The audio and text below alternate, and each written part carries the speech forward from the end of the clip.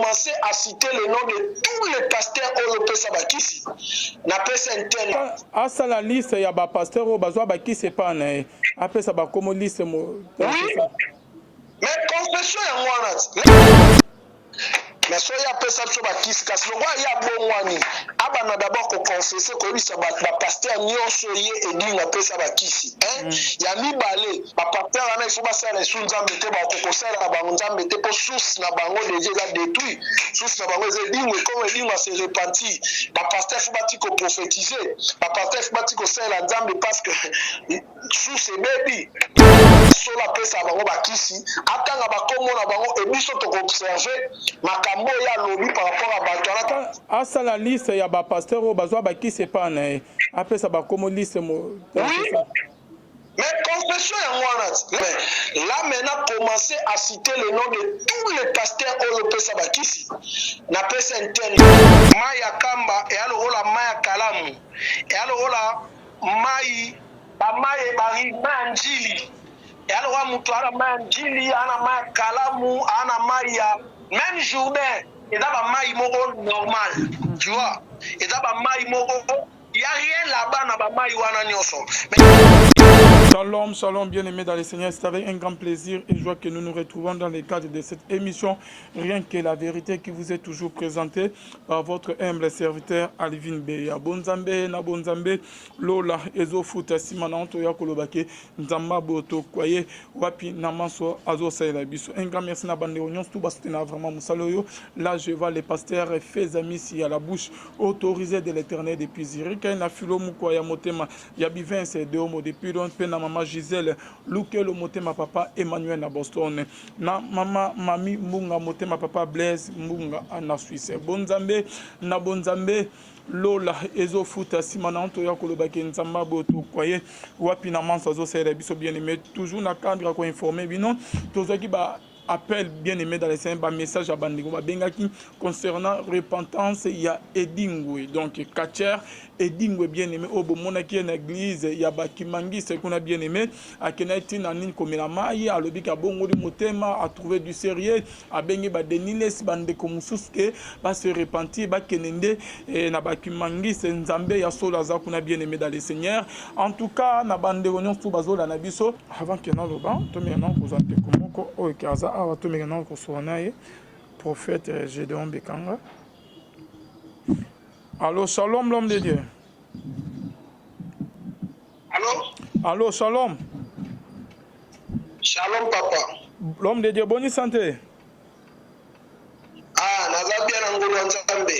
Ok, prophète Gédéon Bekanga, donc Tobengo mais un peu quoi intervenir concernant repentance ya Edingwe l'homme de Dieu par rapport à la vidéo au moni Edingwe lobi ka bongo du motema mais moi je me rappelle très bien que Edingwe c'est pas pour la première fois lobi ka bongo du motema tout le monde a fait ya ba wale ça tant azana na ba hôpital bona ba wale ça ya prier à lobi que non andimeli nzama pasteur wale ça après kobimana na hôpital Edingwe a changé na maloba que non atika ba ki c'est a comment na niveau apporta wale sa plainte na parquet ya matete na 4 mairie ba sama pe wale ça dépensa ba mbongo ebele est-ce que na ndenge akomi pe koloba ke na ba église ba kimangiste au moni repentance na eza sincère to eza ndenge l'homme de Dieu yoza musiko za awa to za na Grèce. Bon, repentance déjà eza la sincère ndenge soki repentance eza selon ba norme te. Et selon ba norme te. Bible na Jean 4 verset 9 à 11. Histoire ya femme samaritaine. Okomona femme samaritaine azobisa Yesu alobi yo lingi oloboza plus grand que koko na biso Jacob. Depuis oyo koko na biso Jacob mutatikela biso. Yesu alobi mutu nyonso akozwa mai na prix oyo lobi akozala lisu na posa mai. Ngande naza la source intarissable. Donc elingi oloba ke bakambe eza bamai oyo bakoko na biso batikela biso. Ça n'a rien à voir avec la conversion et la repentance d'une personne. Mutu akokende kamba lobi akozala lisu na besoin. Mais abalobi ke bonzambe eza kuna no yozo boya mai yango comment? Eza na fondement nini kambe eza lowa mai ya njili, kambe eza lowa mai ya kalamu, kambe eza lowa la journée, kambe eza logo te. Ah bon?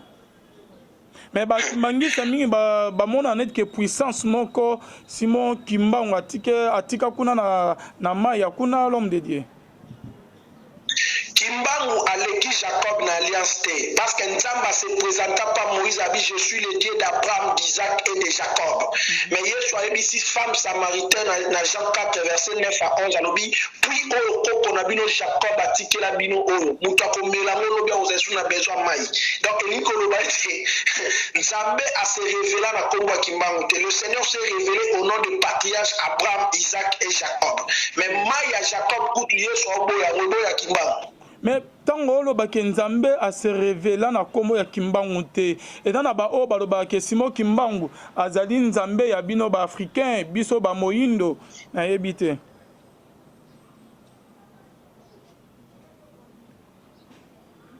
Allô? Nzambe alaka na ba africain te, Nzambe alaka na ba mindele te, Nzambe aza ya ba race nyonso. Yango moni Yesu ayebaka ke confusion kona ba contradiction kozala na mikolo ekoya.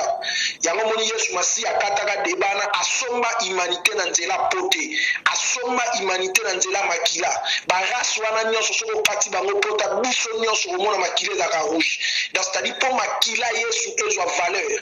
Yesu masi a comprenait que point commun ya biso nyonso c'est le sang.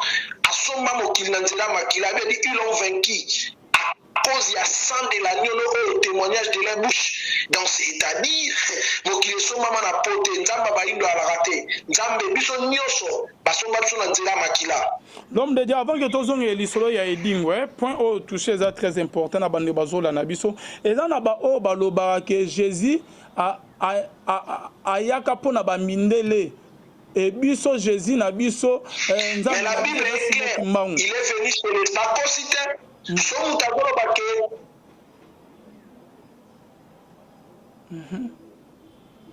Soki mutazolo bake Yesu ayaka pona ba mindele akosité mais ayaka pona mindele nyonso te ayaka pona ba juif. Voilà pourquoi la Bible dit il est venu chez les siens l'ont rejeté.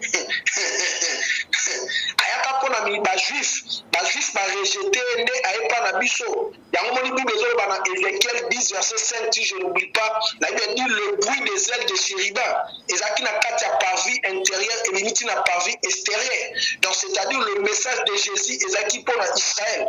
Israël a yambi yango te yango yepa na biso la nation l'église. Yango moni azoli sa femme cananéenne abi biloko na bato bapesaka bambwa te. Pourquoi? Parce que bana na bato ezalaki ba juif.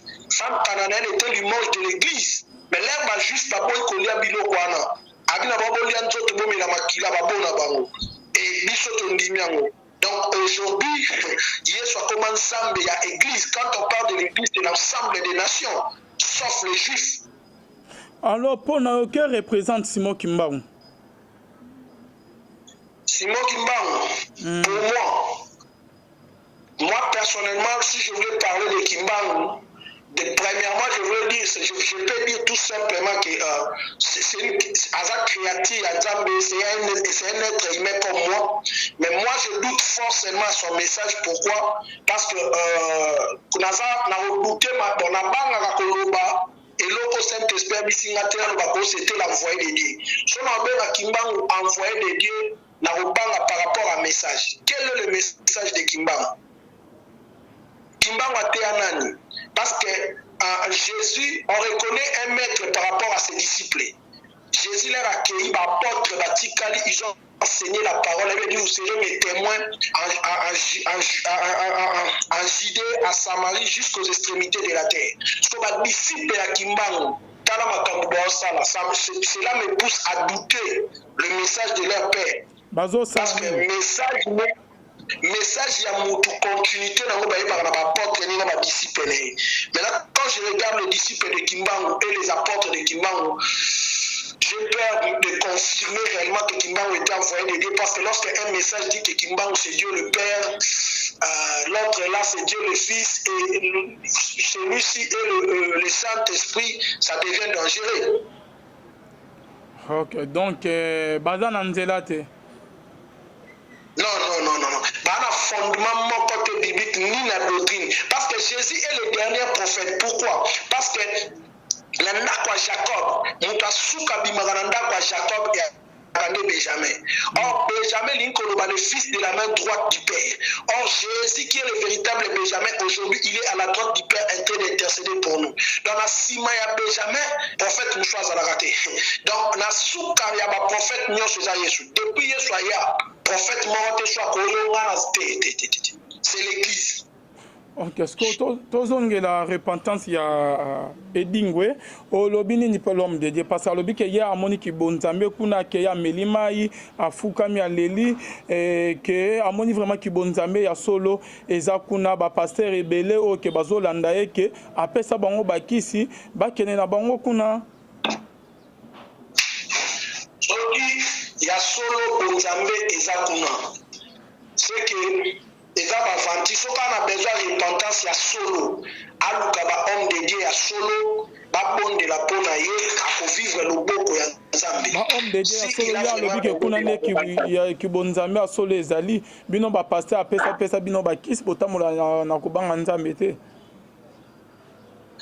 mais so ya pesa so ba kisi kasi longwa ya bongwani abana d'abord ko confesser ko bisa ba pasteur nyonso ye edinga pesa ba kisi ya mibale ba pasteur ana il faut ba sala su Nzambe te ba ko sala ba Nzambe te po sous na bango déjà la détruit sous na bango edinga comme edinga se repentir ba pasteur faut ba ti ko prophétiser ba pasteur faut ba ti ko sala Nzambe parce que sous c'est baby voilà ce qui a sola pesa bango ba kisi atanga ba komo na bango et biso to observer makambo ya lobi par rapport à Batana totali Batana pendant 54 ans 3 ans 6 ans par rapport au ya lobi le roi ya tiki. Donc ce sont des aventures tout ça asa la liste ya ba pasteur o bazwa ba kisi pa na après ça ba comme liste mo mais confession ya mwana là yo lobi ko se repentir ozo confesser soit disant se repentir entre guillemets là maintenant commencer à citer le nom de tous les pasteurs au pesa bakisi na pesa intel na pesa intel na pesa intel na bongoli na mutema na pesa intel na pesa intel na pesa intel comme ça biso to rotala le rôle ya za Nzambe na bango sur la terre ya bato ya pesa bakisi ya za Saint Esprit na bango ye le roi Saint Esprit ngo aptiki mabe Saint Esprit se repentir on va voir maintenant la suite de tous ces pasteurs là comme ndenge nini ça va ndenge nini ce que ça rappelle vrai tel comme il va éclaircir les choses. Ok par rapport net que ya repentance ndinga zo bake a trouvé ki bonzambe ya solo amoni Simon Kimbangu kuna bilo mo ya bonga bimelie elo nyoko la bandeli suko ebisaye mon frère la repentance wa ko bengo même pas repentance ko bengo même pas conversion ça pas de sens. Jean 14, si c'est le but, seul Congo où nul ne passera au Père sans passer par moi. Je suis le chemin, la vérité et la vie. Le salut n'est pas un autre nom. Le salut, c'est au nom de Jésus-Christ de Nazareth. C'est-à-dire, comme quelqu'un voulait vivre la véritable conversion, la véritable repentance, c'est au nom de Jésus. Celui qu'on voyait chez eux, n'appelle pas ça, combien n'ont même pas repentance, ne l'appelle même pas conversion. Ce sont des théâtres. Pourquoi?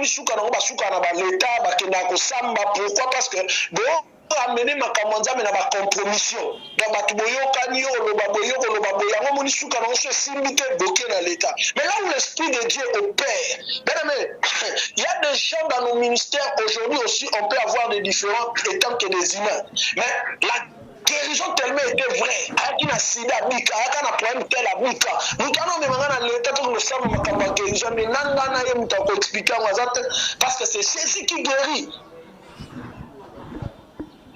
Ok. Non, c'est un peu. Ok. Oza mina message musuzo ko bakisa l'homme de Dieu na bande bazo landa yo. Eloko na koyeba na bana Nzambe kake le temps est tellement compliqué. Le temps est tellement compliqué. Je lis la Bible 4 version dans le Bénin Bango, Jean 4 verset Jean chapitre 4 verset 9 à 11. La femme samaritaine lui dit comment toi qui es juif, me demandes-tu à boire à moi qui suis une femme samaritaine? Les juifs en effet n'ont pas de relation avec les samaritains. Jésus lui répondit, si tu connaissais, c'est le don de Dieu. Qui est celui qui te dit, donne-moi à boire, tu lui aurais toi-même demandé à boire, et il t'aurait donné de l'eau vive. 11. Seigneur, lui dit la femme, tu n'as rien pour puiser, et le puits est profond.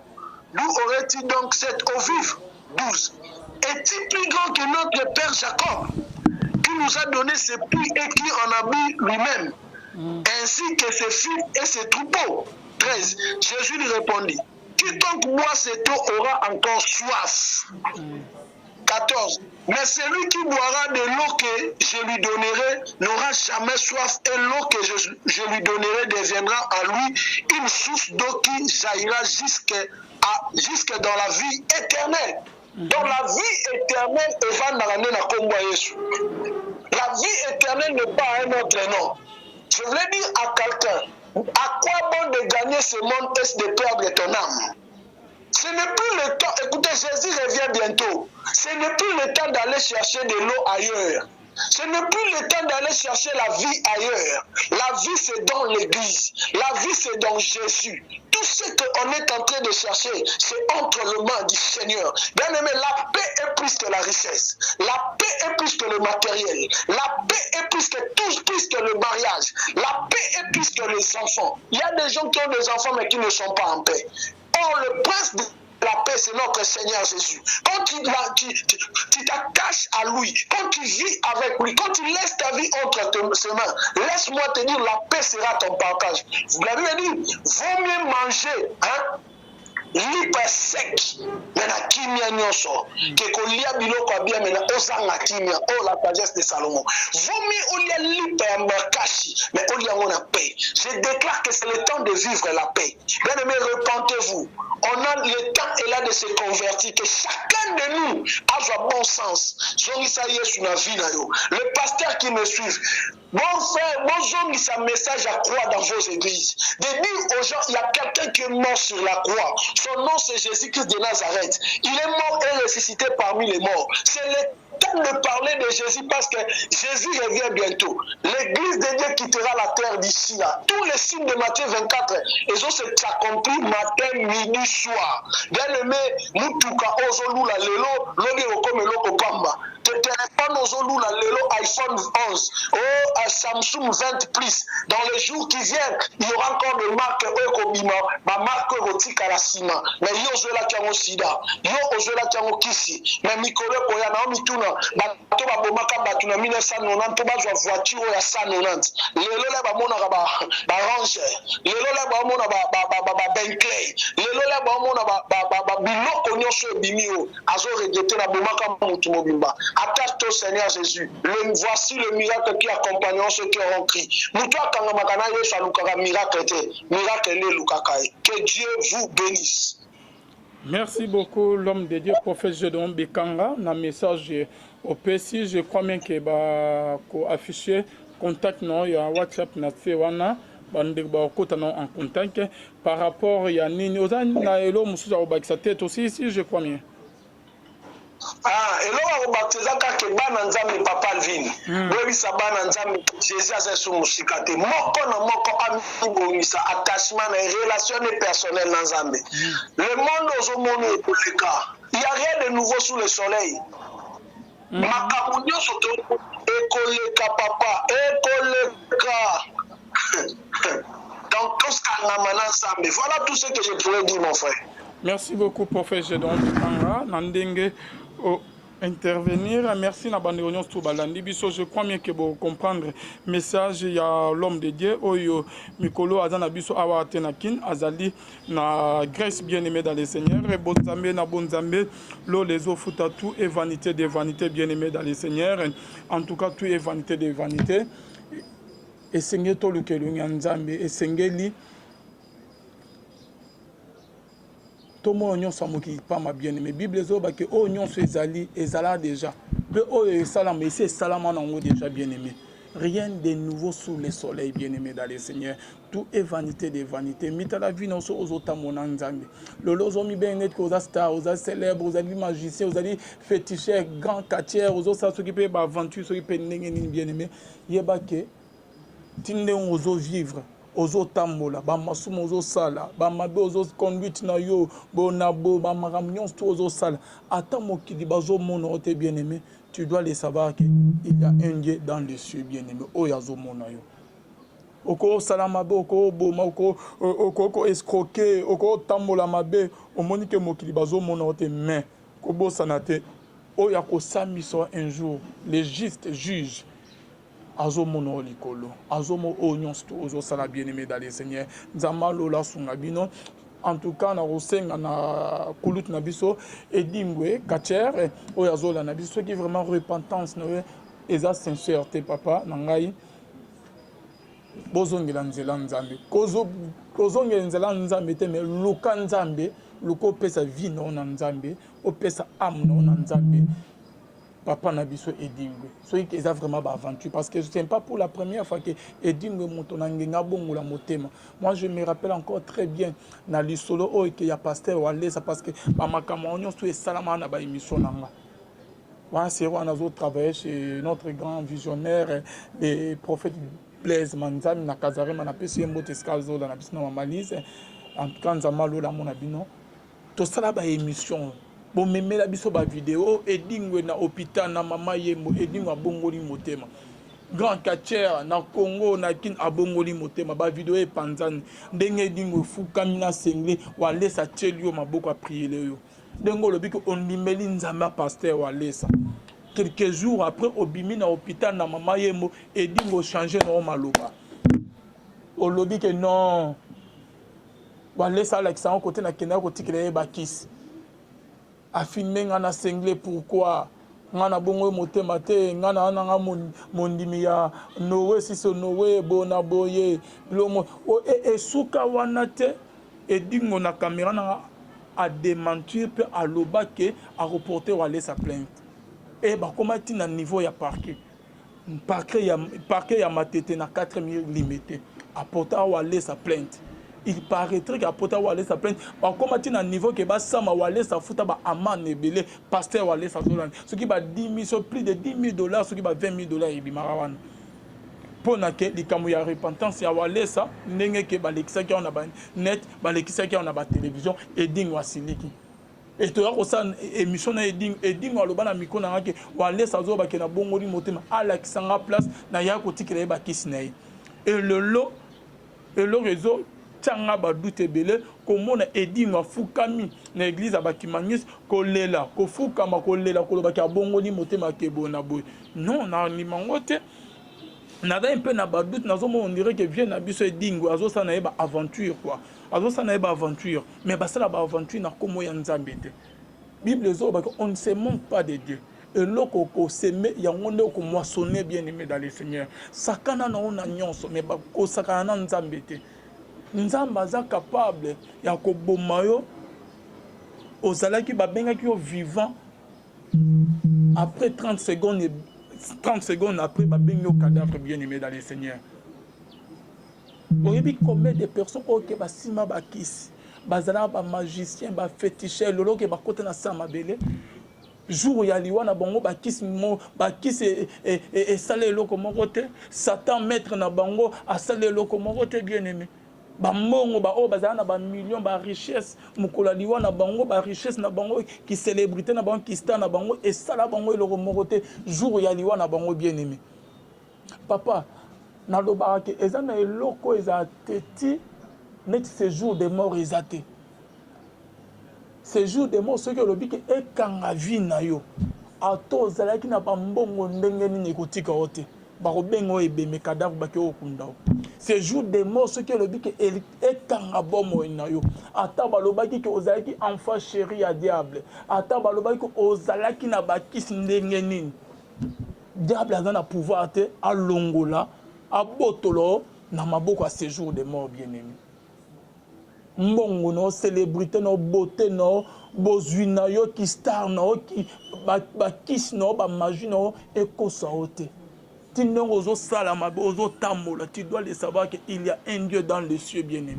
Oh yazota la yo. Les maîtres de ton souffle et de vie bien-aimé dans le Seigneur. Bible zolo ba ke na ebandela mokili. Nzamba lola après avoir créé Mokin.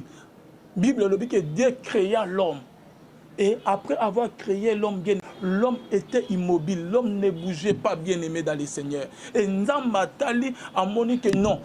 Et ça n'a eu comment ils ont zanga katinya et que la mona uti kokela. Et nzambe azwi souffle de vie na ye. Et nzambe azwi une partie ya kibonzambe na ye. Souffle de vie na Bible ezolobaki après avoir soufflé dans les narines de l'homme et l'homme devint une âme vivante. Akomi ko sala ba mouvement, akomi ko tambola, akomi ko lia boye na boye bien-aimé dans le Seigneur. Après avoir soufflé dans les narines de l'homme, nzambe azwi une partie, azwi souffle de vie na ye atchekati ya ekela mo akelaki pe ba le Bible le dit que l'homme devint une âme vivante bien-aimé dans le Seigneur. Et le jour où l'Éternel Dieu se décidera de retirer ce qu'il a mis en toi, c'est le jour-là que tu seras appelé cadavre mort. Mukolo nzambe lo ako récupérer esprit na ye, ako récupérer souffle na ye. Oh ya tchakati na bien-aimé, c'est le jour-là que tu seras appelé cadavre. C'est pour cela la Bible dit qu'en réalité en l'homme c'est l'esprit.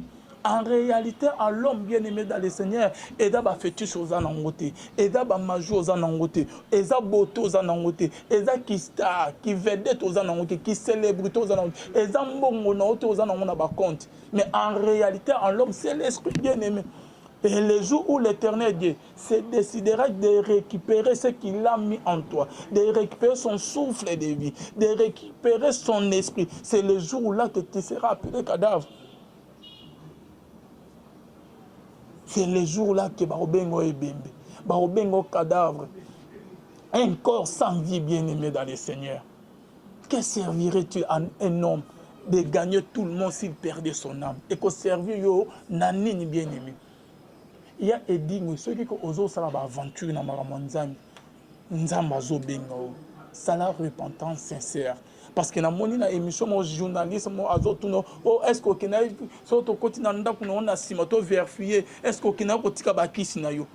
Na mon réponse mon opesa ya malonga te c'est que ozolo baki obongoli motema ozolo baki kibonzambe dans l'église abaki mangisi mais oza toujours na mabe oza toujours na bakisi na yo oza toujours na diable to ozo ya ko sala biso ba aventure na corps de Christ. Ya sakana na ona nyonso to sakana na ona tout le monde mais ba sakana na nzambe te. Celui qui est le maître de ton souffle de vie. Mon collègue a décidé à récupérer souffle de vie à Tchakatinayo. Nous remonons que vanité de vanité, tout est vanité. Et Bible zolo bake. Nyon soto sala na moki. Bien-aimé dans le Seigneur, André Bandebazo Bengabiso, bien-aimé dans le Seigneur, Ezali, vanité de vanité. Roi Salomon, oh, qui a na richesse, a na basi, a na sagesse, a na nyon surtout. Mais sous quand on a eu vanité des vanités. Quel avantage revient-il à l'homme de toutes les peines qui se donnent sous le soleil, bien-aimé dans le Seigneur? Bandero bozo landa biso de partout. Bozo talabiso yeba ke nzamba lo lazali. Yo oko na no pesa vino na nzambete. Mitale sikozali likolo sandola obungisa bomone likolo ya ba cop na ba faux pasteur oliko obungisa arme na yo mitale sikozali liwe ko ya eonyon stueli ni soki nzamba lobi ke azwa souffle de vie no bien aimé dali atoza ki na ba million na banque ekotikala atoza na ba relation ling e ba maréchal ba kenda ba roi ya mokilo ba kota na sama bele. Yo ceux qui sont mettés ceux qui sont moquilité nzambe peut-être azo pesa ba opportunité ya ko yamba ya ko pesa vie no yo na nkolo ya ko sala repentance mo sincère ozo me manka na ba aventure mais oyebite lobi no yo eloko nini ezo zela yo oyebi combien de ba katier ba kufa oyebi combien de ba ninga no ba famille no ba kufa mais yo za non vivant malgré que na mabeno nzamba zo tali so bolingo na ye azo garder toujours en vie. Bible le dit que nzamba lola a vu parti, a vu souffle na ache. Quand il y a un homme qui était immobile, qui ne bougeait pas, nzamba soufflé ache esprit na quand il y a un homme, quand il y a l'être vivant.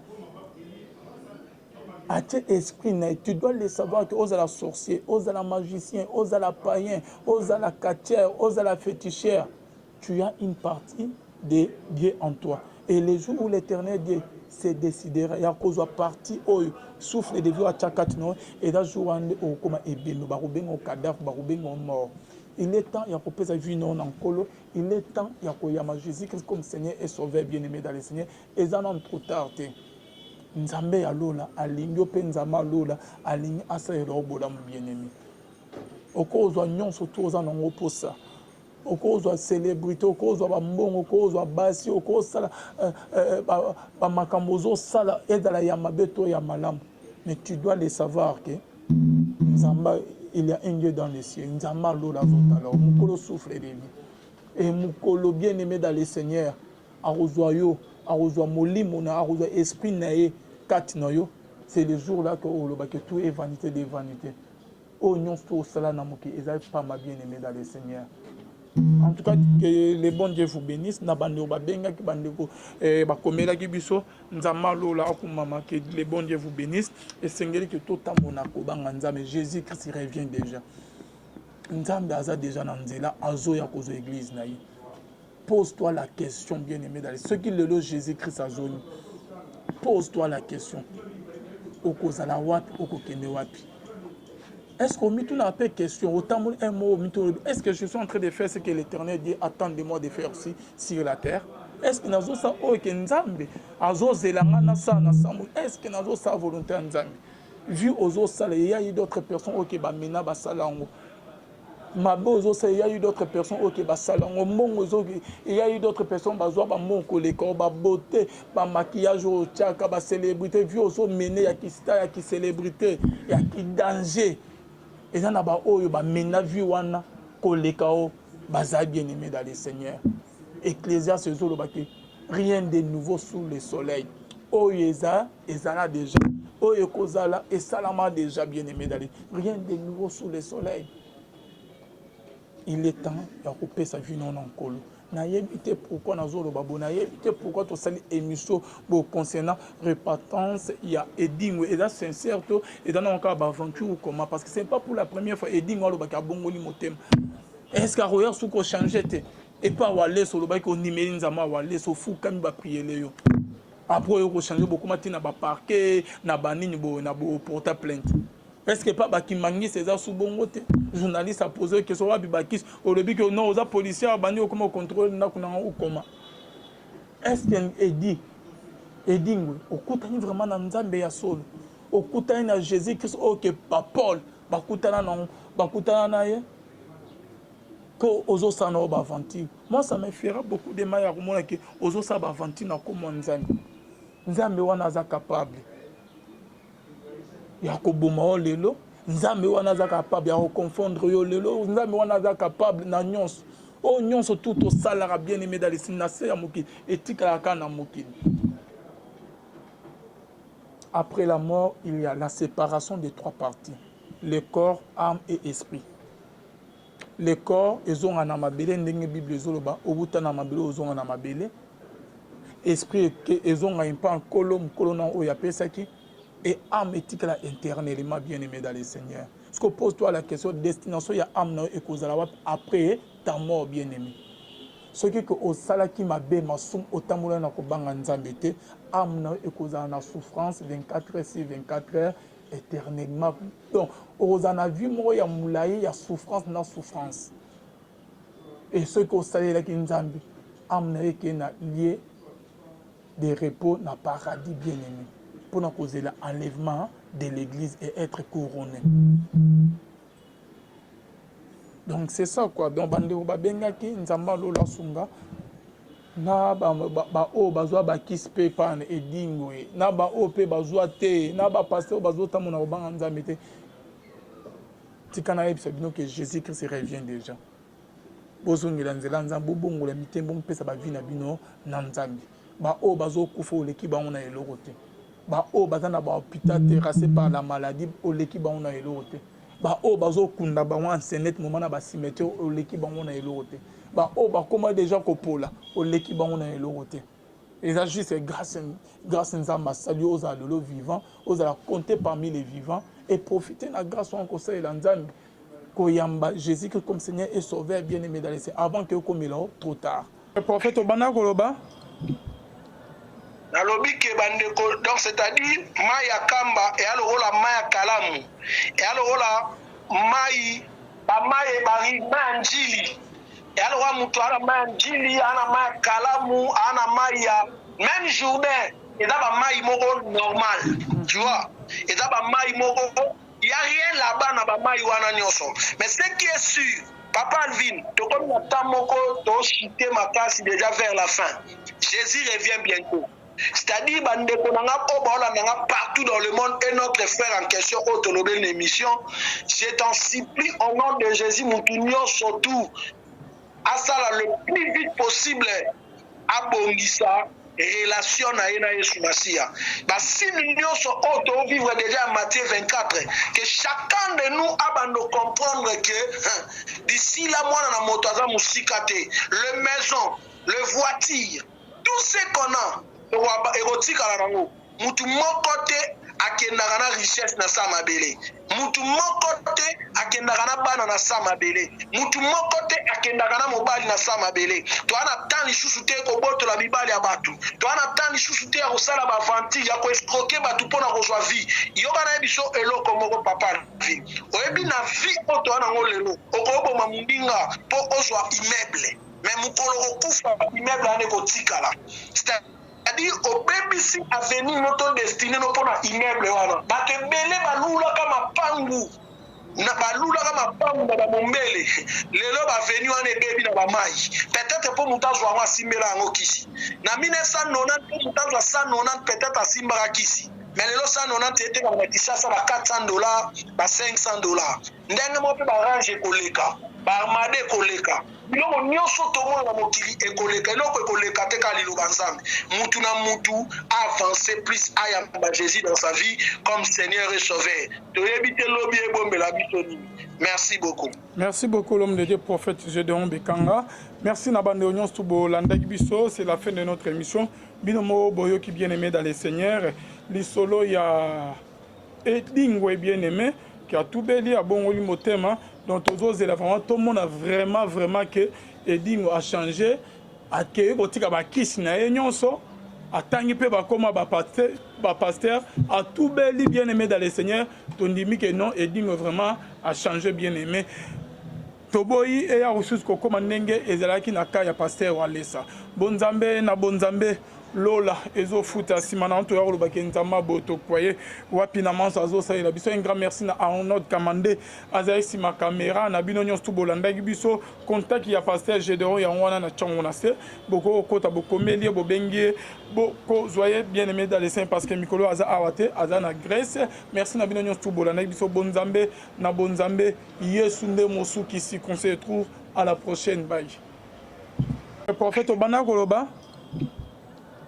nalobi ke bandeko, donc c'est-à-dire maya kamba et alola maya kalamu et alola mai ba mai bari manjili et alola mutu ana manjili ana maya kalamu ana maya même journée et da ba mai moko normal, tu vois, et da ba mai moko il y a rien là-bas na ba mai wana nyoso. Mais ce qui est sûr, Papa Alvin, to comme na tamoko to chité makasi déjà vers la fin. Jésus revient bientôt. C'est-à-dire, partout dans le monde, et notre frère en question, autonomie de l'émission, je t'en supplie au nom de Jésus, nous tournions surtout à ça le plus vite possible, à Bongissa, relation à Yesu Massia.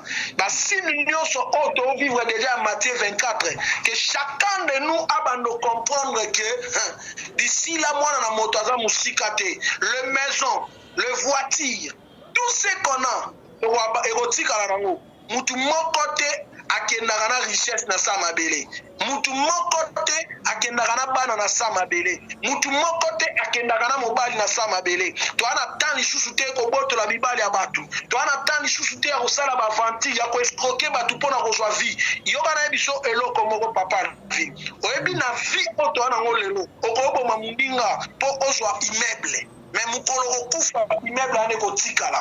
C'est-à-dire au BBC avenir notre destinée no pona immeuble wana. Bakebele balula kama pangu. na balulaka mapangu na bamombele lelo baveni wana ebebi na bamai peut-être mpo moto azwa yango asimbela yango kisi na 1990 mpo moto azwa 190 peut-être asimbaka kisi mais lelo 190 etekaka na Kinshasa ba $400 ba $500 ndenge moko mpe barange ekoleka baarmade ekoleka biloko nyonso tomona na mokili ekoleka eloko ekoleka te ka liloba nzambe mutu na mutu avance plus ayamba Jésus dans sa vie comme Seigneur et Sauveur toyebi te lobi ebombela biso nini. Merci beaucoup. Merci beaucoup l'homme de Dieu prophète Gédéon Bekanga. Merci Nabande Oignon Stubo Landaki Biso, c'est la fin de notre émission. Binomo Boyo qui bien aimé dans les seigneurs. L'isolo il y a Edingwe bien aimé qui a tout béli à bon motema. Donc aux autres vraiment tout le monde a vraiment que Edingwe a changé. A que botika ba kiss na enyonso. Atangi pe bakoma ba pasteur a tout béli bien aimé dans les seigneurs. Tondimi que non Edingwe vraiment a changé bien aimé. Toboyi et ya ressources ko koma ndenge ezalaki na ka ya pasteur Walesa. Bonzambe na bonzambe Lola ezo futa simana to yaro ba kenzama boto poye wapi na manso azo sa ila biso un grand merci na Arnaud Kamande azai sima caméra na bino nyonso bolanda biso contact ya pasteur Gédéon ya wana na changona se boko kota boko melie bobengie boko zoye bien aimé dans les saints parce que Mikolo aza awate aza na Grèce merci na bino nyonso bolanda biso bonzambe na bonzambe Yesu nde mosu qui si qu'on se retrouve à la prochaine bye.